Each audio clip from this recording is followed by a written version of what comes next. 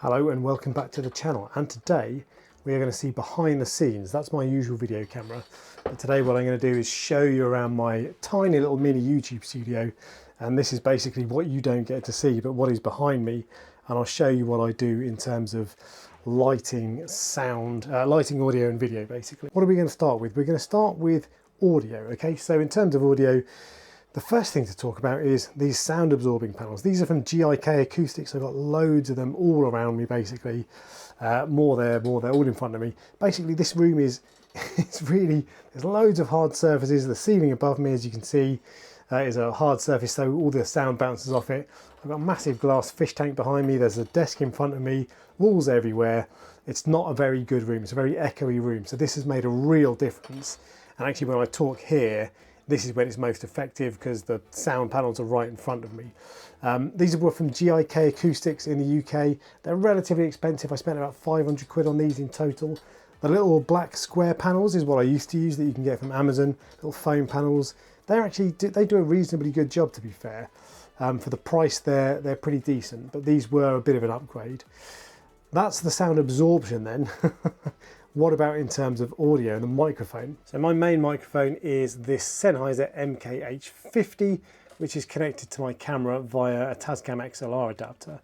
The Sennheiser, I've gone for this one because one, I want to have the microphone out of shot, so I don't want it to be when you can see me here when I'm talking. I don't want you to see the microphone. A lot of people have the microphone right in front of their face there. I don't like that. And it's just up there, you can see it up there, but it's out of the way, so you never see it, which is why I went for this one. And this particular microphone as well is notoriously good for rooms like this that aren't necessarily particularly well treated and are a little bit echoey. So that is why I went for this one. It was quite expensive, but I think ultimately it was worth it. And I went for the Tascam XLR adapter because that allows me to plug the XLR cable directly into my camera, which means I don't have to record the microphone audio separately with an audio recorder, which is what I used to do. And if you do that, you then have to sync up your audio when you're editing in post with the video, and it's just a bit of a faff. So the Tascam XLR adapter means that I don't have to do that, and it frees up a little bit of space as well, so I don't have another bulky audio recorder knocking around. So that's audio. Next up is lighting. You can see this light here, that's just the reflection of the light I'm using for today. You'll never normally see that, that's normally out of the way. Lighting, this panel here is a Raileno, R-A-L-E-N-O, 18 watt I think it's called. It's from Amazon. They're really good. I'll put a link in the description. For something that's pretty affordable, it does a really good job actually. Let me try turning that off. So there you go. So that's with it turned off versus with it on. There you go. So that actually does a reasonable job, and if you're on a budget, they're pretty decent. The lighting I've gone for though is these two Elgato Keylight Airs. So I used to have one of the big ones, the Elgato Keylight, but they're very heavy, so the slightest touch they fall forward. Whereas these are much smaller, they sit out of the way a bit more, and they come on pretty bright. Let me see if I can turn them on. There we go. So let me turn around so you can see how my face looks, and suddenly, now I've actually got the window, the curtain open, the blind open, which I don't normally have, but suddenly the lighting is really good. And let me turn the lighting off. There you go. A lot dimmer, makes a huge difference.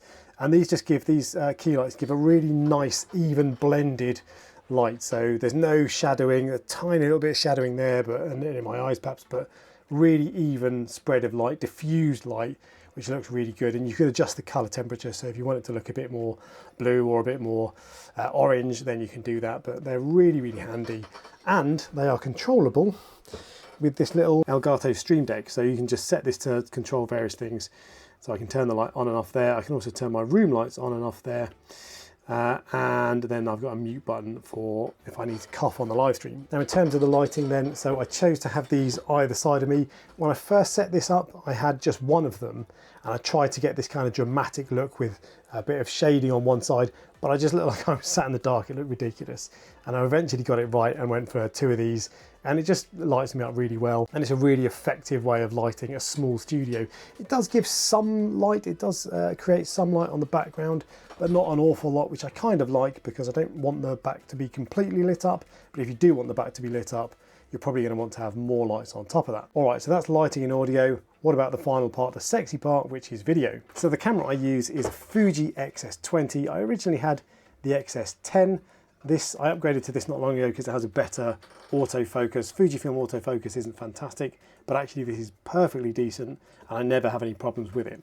Mated to it is a 16mm f1.4, and if I turn her on, and there we go, you can now see what this camera looks like with the 16mm lens. It's a fixed lens, it's not a zoom lens, so I can't adjust the how zoomed in it is, but I don't need to because this is the perfect focal length. I also love that it's 1.4 aperture. It has an aperture of 1.4 because this room is a really narrow, if I can show you here, this room is a really shallow room. I don't know, it's what, 6-7 feet front to back, so I don't get much separation from the background unless I have a nice shallow aperture.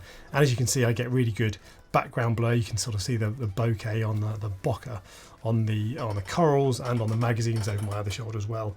You can adjust that, of course, and turn the aperture up if you want to see more of the background, but I really like that a 1.4, fast 1.4 prime lens gives me a bit of background separation. The other reason I chose this camera, well, partly because my other camera is a Fuji camera as well, so it's easy to swap the lenses between them, but also this has film simulations built in. So I had a Sony a6100 at first, I think, and what I found with that was that it made me look a bit red. It made my face, my skin look red, and I tried playing around with the white balance, I tried playing around with the colours in the camera, but it just never seemed to work. Whereas with this, you can just simply flick a switch and set it between different modes. I have it in classic chrome, and that gives me a really nice natural look, and it makes my skin look the way my actual skin looks.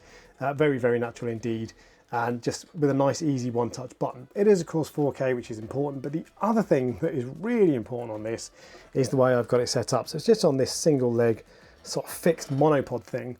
But one of the main reasons I went for the X-S20 and not a different Fujifilm camera is because on a lot of the cameras, the tripod mount here blocks the door, and the door is for the battery compartment, and let me open that up.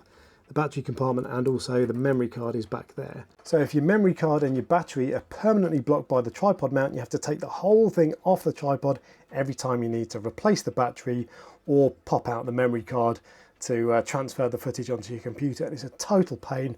So that one little thing makes a huge difference and is one of the main reasons I went for this camera. The other great thing about it is it has a little flip out screen, not a flip up screen. If you have a flip up screen, it means you can't put things like the XLR adapter or a microphone on top. And actually, if I'm being completely honest here, I have this little pop filter on there as well.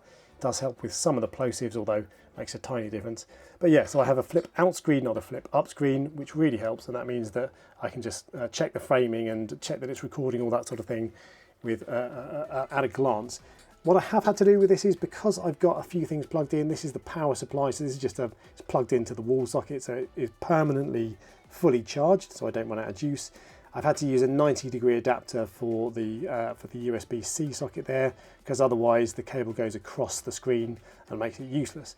Same story for the other cable that's connected in, and that is connected to this cable, which is my Elgato Camlink 4K, and that's how I transfer, so I get footage basically for the live stream, for example, from the camera to the computer. There are two brands that I'm a bit of a fanboy of. One is Sennheiser. I love all Sennheiser stuff, and that microphone sounds absolutely fantastic, albeit it was quite expensive. But the other brand I really like is Elgato, and I've got loads of Elgato stuff, mainly the lighting and the Stream Deck, but all sorts of other things as well. There's all these lights around here, the lights around the picture, the lights around the shelf back there, they're all Elgato. If you get other just standard LED strip lights, they can flicker, whereas these are tuned to the right frequency so they don't flicker.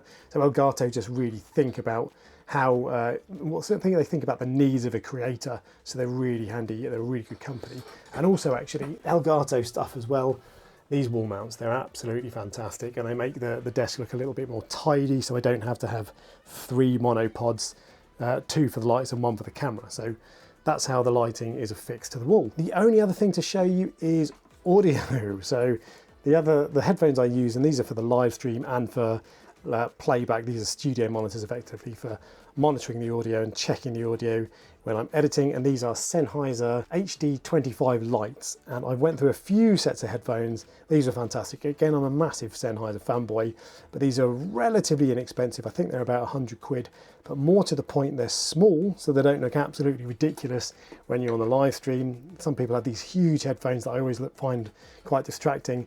So they're small and they don't look too big, and also because they're quite light and they're lightweight and they don't have thick headbands, they don't get too hot in the summer, and I hated having my previous headphones that just completely cover your face and make life hot and unbearable when you're trying to make videos in the summer. So that basically is my miniature YouTube studio, and that's how I deal with poor acoustics, and that's how I deal with poor lighting. The only other part of the studio, the other half of the room, is taken up with my 3D printing studio. So I've got a couple of Bambu Lab P1Ss, and then this is my photography and wrapping station. So this is where I take photos of all the 3D printed stuff that I sell on Etsy, and it all looks kind of neat and tidy and out of the way. And there's a load of kind of boxes down there, so that's a really handy little setup over there. So there you have it then. You've now seen a complete behind the scenes of how I have my YouTube studio set up. If I've missed anything or if you've got any questions, let me know in the comment section below, and make sure you like and subscribe for more Reef Dork extra videos.